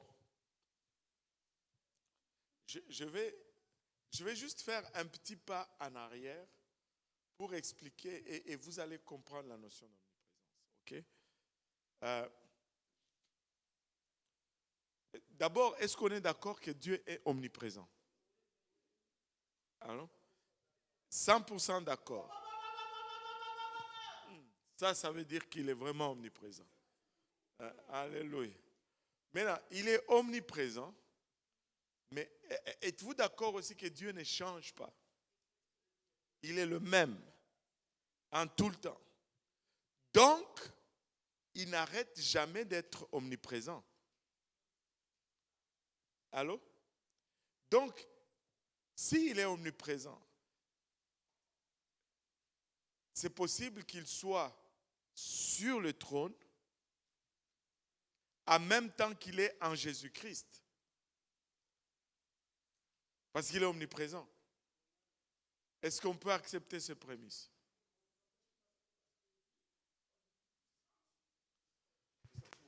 Ça veut dire que Jésus n'avait pas encore l'Esprit de Dieu en lui. Je vais revenir. Non, je vais revenir. C'est bon. Parce qu'il y en a qui pensent comme ça, mais ils n'osent pas. C'est bon, ça. C'est bon. Maintenant, est-ce qu'on comprend le concept d'omniprésent? Omniprésent, ça veut dire présent partout en même temps. Donc, si on dit que l'Esprit de Dieu n'était pas en Jésus, on renie son omniprésence quelque part. Parce que quelqu'un d'omniprésent n'a pas besoin de se déplacer d'un lieu à un autre. Parce qu'il est présent partout en même temps. Alors, quand on dit l'Esprit de Dieu descend, ce n'est pas que il a besoin de descendre. Parce qu'il est déjà là. Tout en n'étant pas là. Est-ce que si vous suivez un peu le raisonnement pas à pas, si ça bloque, on va revenir à la place où ça a bloqué. On ne va pas avancer si ça bloque. Amen. Et il est omniprésent. Il est partout en même temps. Allô? Donc, il n'a pas besoin de se déplacer.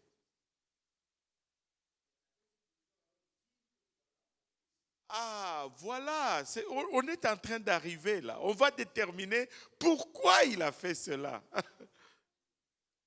Oui. Oui. Oui. Parce qu'il y a un besoin. Le besoin, ce n'est pas Dieu. Parce que vous ignorez le besoin des hommes. Vous pensez que Jean-Baptiste, il avait toute la connaissance. Moi, je pense sincèrement que nous avons accès à plus de connaissances que lui, il avait. Allô?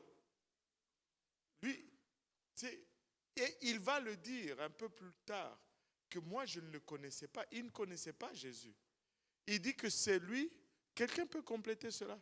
C'est lui qui m'a envoyé, m'a dit que, donc, tout ceci là, ce n'est pas pour que l'Esprit de Dieu vienne dans Jésus là. Tout ceci, c'est pour que Jean-Baptiste puisse identifier ce qui se passe. Parce que Dieu est omniprésent. De Jésus. Et il y a même plus là-dedans. Là. Il y a même plus. Maintenant, hein? On arrive là. On arrive. Il y a même plus. Il y a même plus. Maintenant, l'esprit qui descend sous forme de colombe, ce n'est pas... Dieu n'a pas besoin de faire un déplacement pour entrer dans Jésus. Il est déjà omniprésent, il est déjà là. Et je veux vous le prouver qu'il est déjà là, même en étant loin. Et là, sous forme d'une colombe. Et puis, une voix s'est fait entendre d'où? Du ciel. La voix vient du ciel. Mais cette voix qui vient du ciel, qu'est-ce qu'elle dit? Celui-ci est mon fils. Mais attends. Si la voix venait vraiment que c'était une question de position géographique, cette voix n'allait pas dire celui-ci. Il allait dire celui-là. Là, loin, là. Celui-là, là, qui est le point que vous voyez là, c'est mon fils. Mais il dit celui-ci. Parce que la voix, elle émanait de Jésus là. Et il est omniprésent, il est là. C'est pourquoi il dit c'est celui-ci. Parce qu'il est avec lui, il est en lui.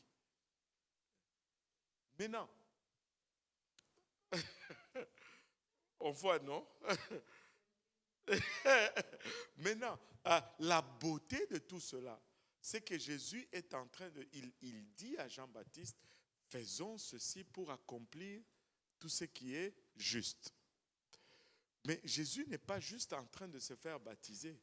Il est en train de nous laisser des repères, un témoignage, une preuve qu'il s'est fait baptiser. Nous, lorsque nous nous faisons baptiser, nous lavons nos péchés. Nous recevons l'Esprit. Mais quand nous recevons l'Esprit, mais c'est quoi le témoignage? C'est qu'on va entendre. Jean-Baptiste a entendu. Quand l'Esprit vient, on t'entend parler en langue. Le témoignage de l'Esprit. Ouf!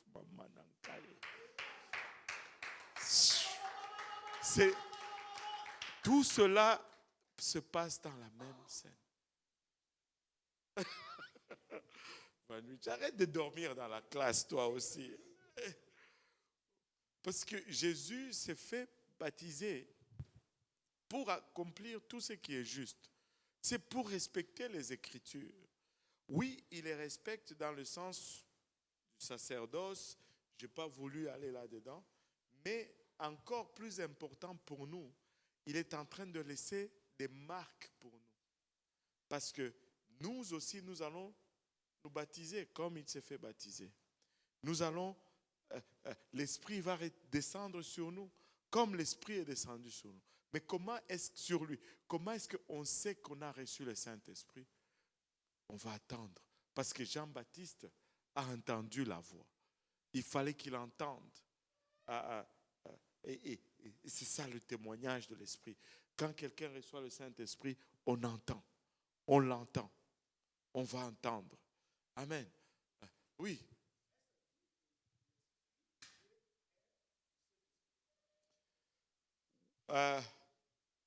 Oui et oui. Et je vais dire pourquoi j'ai dit 2 fois oui. Parce que oui et oui et oui et oui et oui. Pourquoi? Parce que le Saint-Esprit, ce n'est pas une entité à part. Au fond, quand on dit Saint-Esprit, on prend les 2 attributs fondamentaux de Dieu. C'est fondamental ou c'est fondamental? Fondamentaux, ouais. 2 attributs, je dois toujours vérifier mon français. Les 2 attributs fondamentaux de Dieu, on le met ensemble.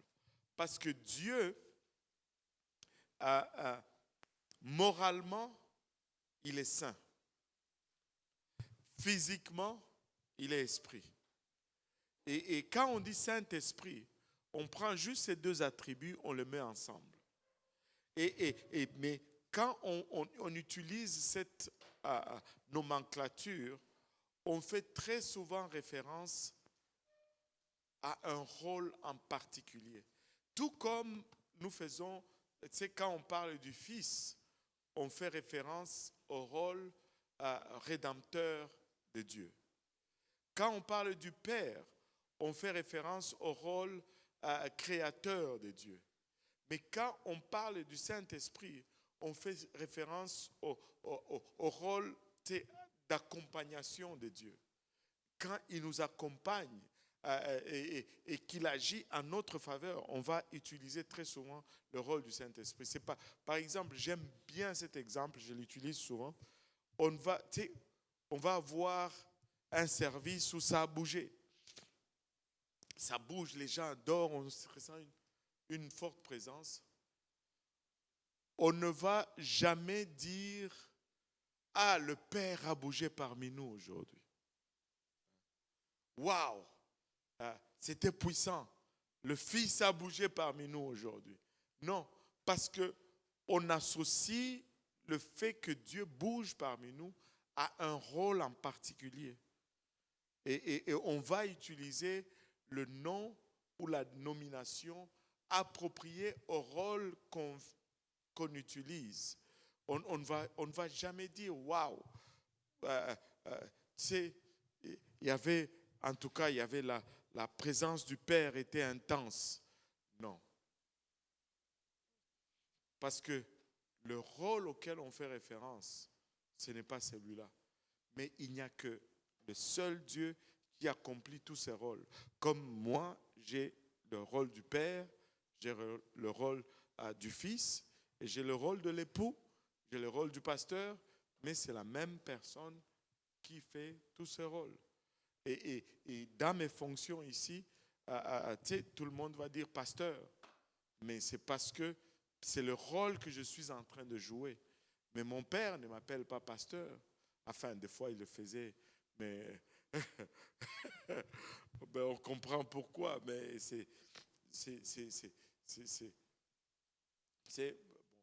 mes enfants ne m'appellent pas pasteur. Ou ma femme, des fois, pour me taquiner, ils vont le faire, mais c'est parce que on sollicite un rôle et on utilise le terme approprié pour ce rôle. Mais Dieu, quand on dit Saint-Esprit, c'est Dieu, mais dans un rôle particulier. Alléluia. Il n'y a qu'un seul esprit qui est saint. Et c'est l'Esprit de Dieu. Alléluia. Alléluia. Et d'autres. Une petite ou une bonne?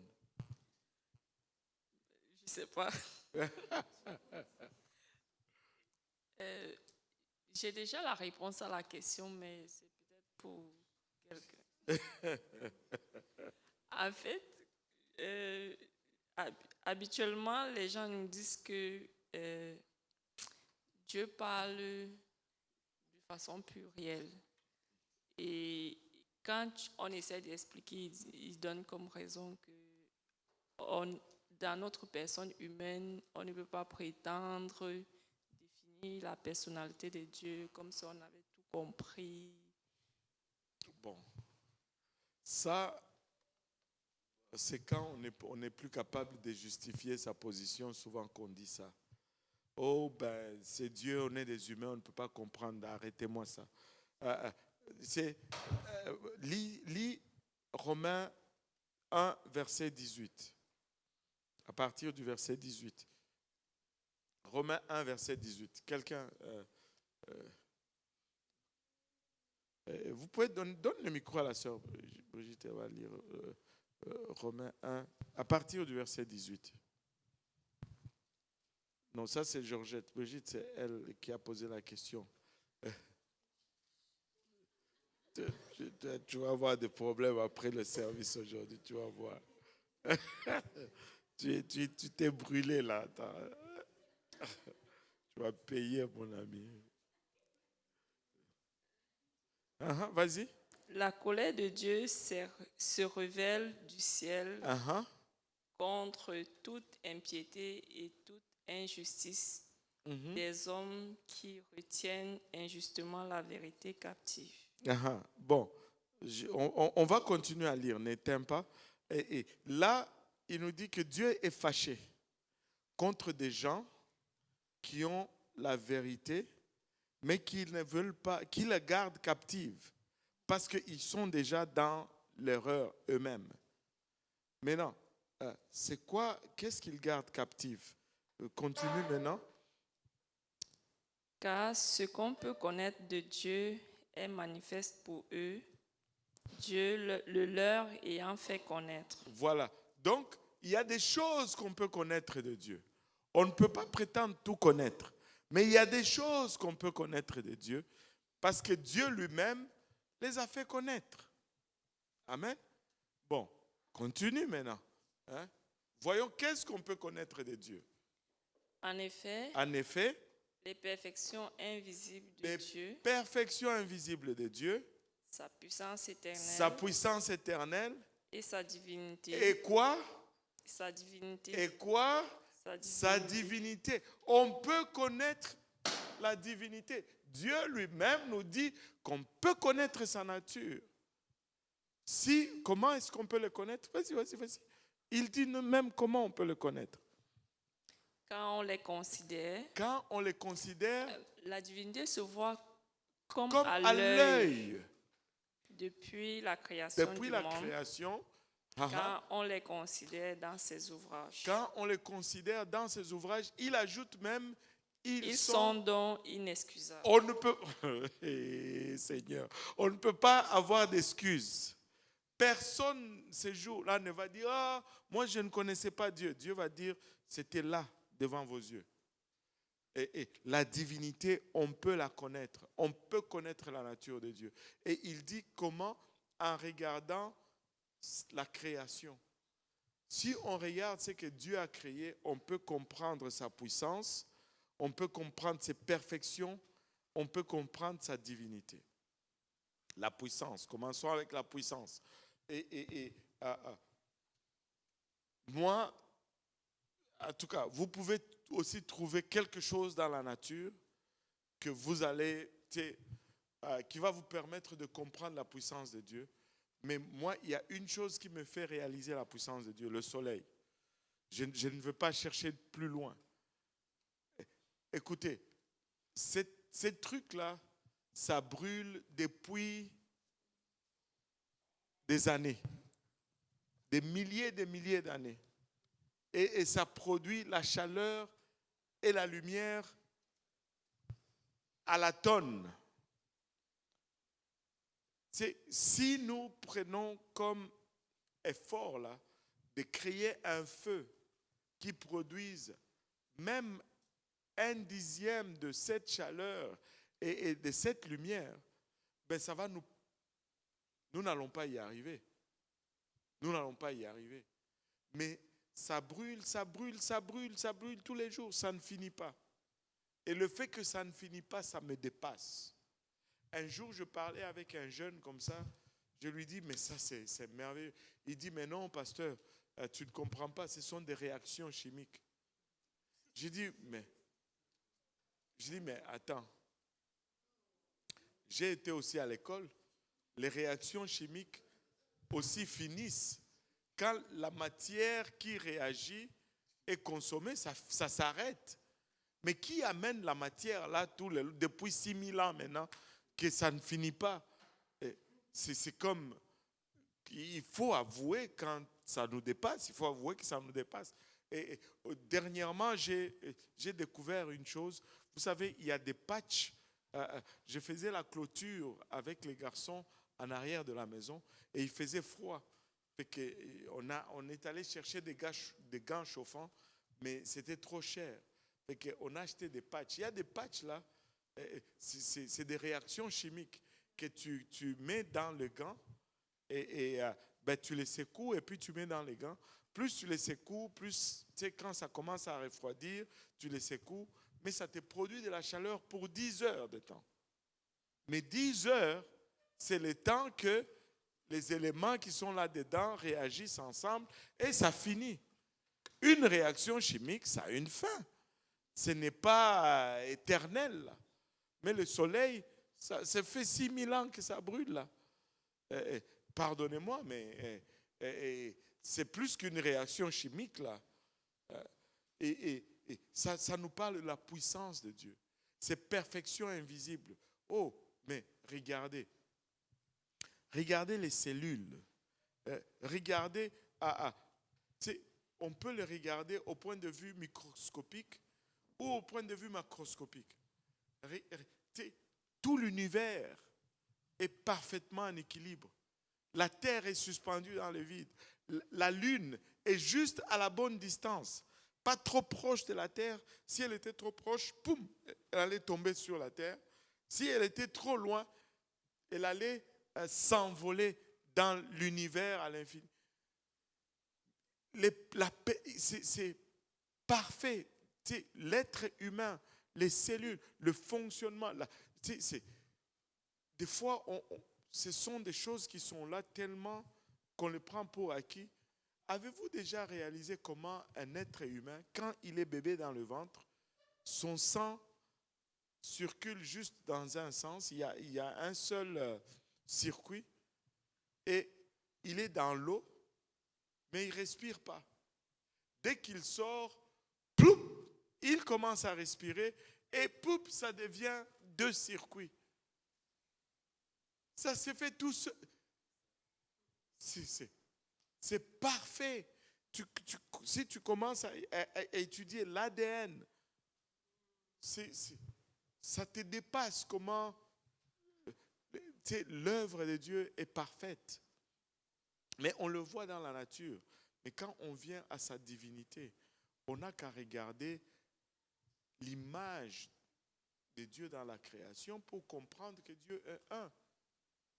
Même si nous, comme étant l'image de Dieu, nous avons le corps, l'âme et l'esprit, mais il n'y a pas de duplicité de personne.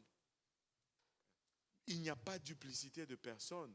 C'est déjà la forme la plus simple pour voir Dieu. Dieu est un. Il n'est pas 2, il n'est pas 3, il est un seul. Et Dieu veut que nous sachions qu'il est un.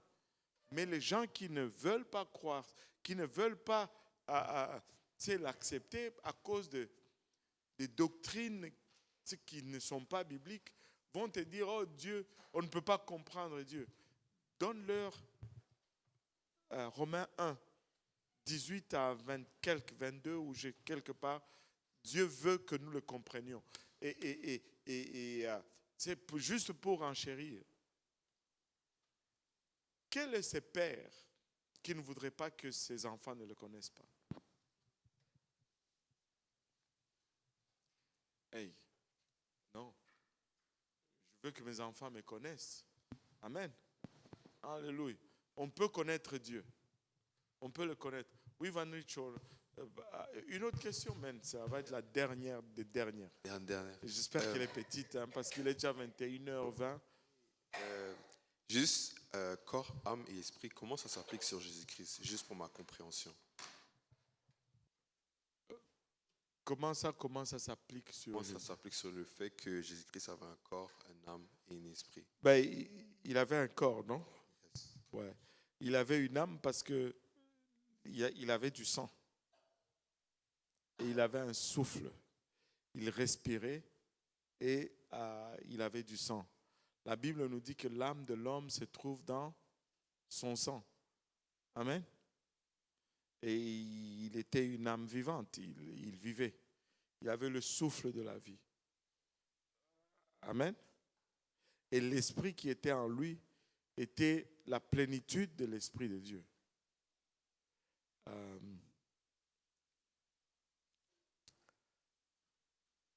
C'est bon? Voilà. C'est une petite question, voilà. Il était à 100% homme. Il n'était pas à moitié homme. Et le fait qu'il était à 100% homme, ben, c'est comme pour nous. Nous ne sommes pas des entités trinitaires, mais lui non plus n'est pas une trinité. Je ne suis qu'une seule personne. Et laissez-moi juste finir avec ceci. C'est quoi le nom de mon corps? Dieu donné Kaosi. Ben, c'est quoi le nom de mon âme? C'est quoi le nom de mon esprit? Il n'y a pas d'autre nom. Et vous savez, si je meurs, si le Seigneur tarde, je veux dire, et que je mourrai, mon corps va être amené à Magnus Poirier. Il y a une chose que des fois quand j'y pense, je me dis, Seigneur, est-ce que j'aimerais ça quand même être enterré chez nous? Parce que je trouve qu'ici, l'hiver, il fait trop froid. Tu te rends compte? Je ne sais pas. Je sais que c'est quelque chose dans ma tête. Mais 6 pieds sous terre, là, je ne sais pas, il fait trop froid ici. Juste, pensez à ça. Anyway, mon corps va être à Magnus Poirier. Et là, chez Magnus Poirier, les gens vont venir voir et ils vont voir, le pasteur est dans le cercueil, ils vont pleurer. Ils ne vont pas appeler mon corps d'un autre nom. Mon âme et mon esprit, quand ça retourne à Dieu, on ne va pas donner. Tu sais, quand Lazare était dans le séjour de mort, son âme n'avait pas changé de nom. Amen. Il était quand même Lazare. Donc, il n'y a pas des entités différentes. Là. C'est la même entité. Amen. Alléluia. Donc, on va conclure aujourd'hui, parce que là, il est 21h18. On va conclure aujourd'hui. S'il y a d'autres versets à controverse, il y a tellement de versets à controverse dans la Bible. Moi, je pensais que vous allez m'en sortir de bonnes, mais je suis resté un peu sur ma soif. Peut-être que vous allez vous rattraper le lundi prochain. Alléluia. Donc, on va conclure aujourd'hui et puis on va revenir lundi prochain pour faire un peu de versets à controverse et puis on va continuer avec notre étude. Amen. Alléluia. Le doyen va nous conclure en prière. Amen. Prions le Seigneur ensemble. Éternel Dieu de gloire, nous te bénissons, nous te rendons grâce, nous te disons merci. Merci, éternel Dieu Tout-Puissant. Papa, toi qui pourvois, éternel Dieu Tout-Puissant. Papa, tu as dit que sans toi, nous ne pouvons rien, éternel Dieu de gloire. C'est pourquoi nous venons te demander, Seigneur, humblement, Seigneur, que tu nous aides, Seigneur, à comprendre, Papa. Que tu nous aides encore, Seigneur, à laisser en nous, éternel Dieu Tout-Puissant. Papa, nous prions en ce moment, Seigneur, que tu gardes, Papa, les pensées, le cœur, Papa, de chacun de nous, éternel Dieu Tout-Puissant. Que tu bénisses, Papa, la fraternité que nous allons avoir tantôt. Souviens-toi de tous ceux qui vont rentrer chez eux, Seigneur, et tous ceux qui nous suivent en ligne. Tous ceux qui sont malades, Papa, au milieu de nous. Tous ceux qui vivent des situations difficiles, Seigneur Jésus. Souviens-toi d'eux, Seigneur, que ta parole éternelle, Dieu de gloire, guérisse, restaure, Seigneur Jésus. Et que la prochaine fois, nous soyons encore plus nombreux et que toute gloire te revienne. Que le peuple de Dieu dise au nom de Jésus. Alléluia. Merci, Seigneur. Alléluia. Battons nos mains pour le Seigneur. Alléluia. Merci, Seigneur. Alléluia. Que le Seigneur vous bénisse. Il y a ceux qui font des jeûnes partiels. Qu'est-ce que vous avez fait aujourd'hui? J'espère que c'est pas lourd. Voilà. Et ceux qui font des jeûnes partiels, ils peuvent se servir.